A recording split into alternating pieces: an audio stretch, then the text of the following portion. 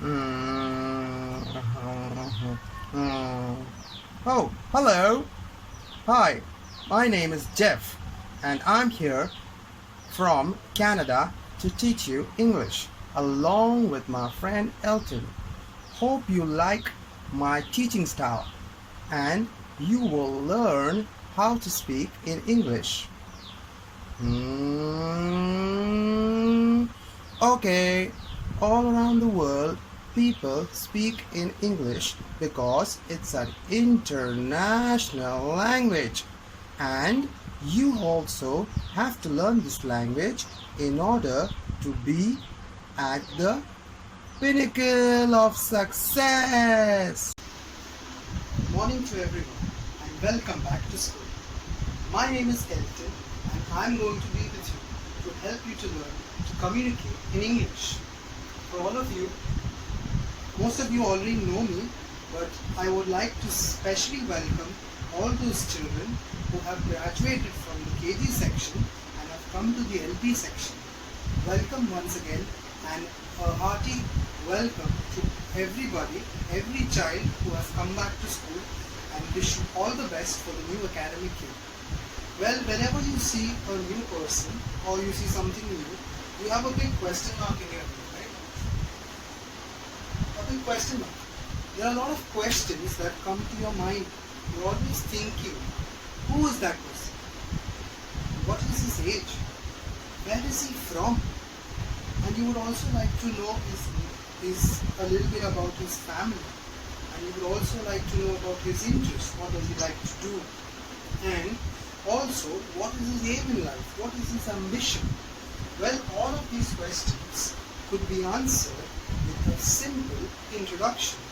But before we get into the introduction, I would like to know if you have ever introduced yourself to anybody.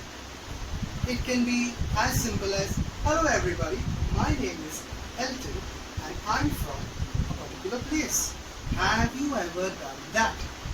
If you have never done it, no problem. I will teach you how to do it so that you can start introducing yourself to people.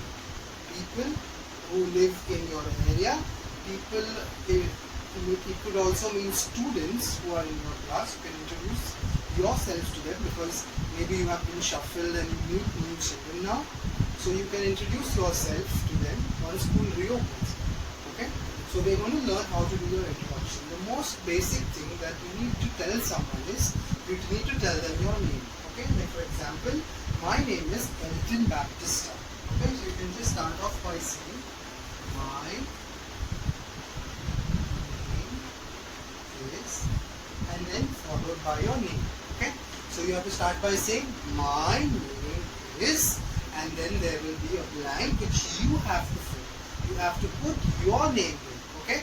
You have to say my name is Elton, or my name is Rahul, or my name is Sachin, okay?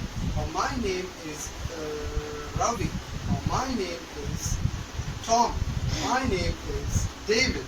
Okay? So you have to write, or don't write right now. If you have a notebook with you, just put this in a notebook so that you can practice it after this class is over. Okay? So you write my name is, and then you fill in it your name. The next thing that people would like to know is, where are you from? Okay? Or where do you live? So you could start by saying, I live in dash. Okay? It's really simple. You just have to write I live in and the place. Okay? So you say, I live in. For me, I live in Irinjalakuda, which is a part of Thrissur, in the district Thrissur. So you have to check, usually it's in your ID card. Your ID card would have to place, the place where you live, those details would be on your ID card. Okay?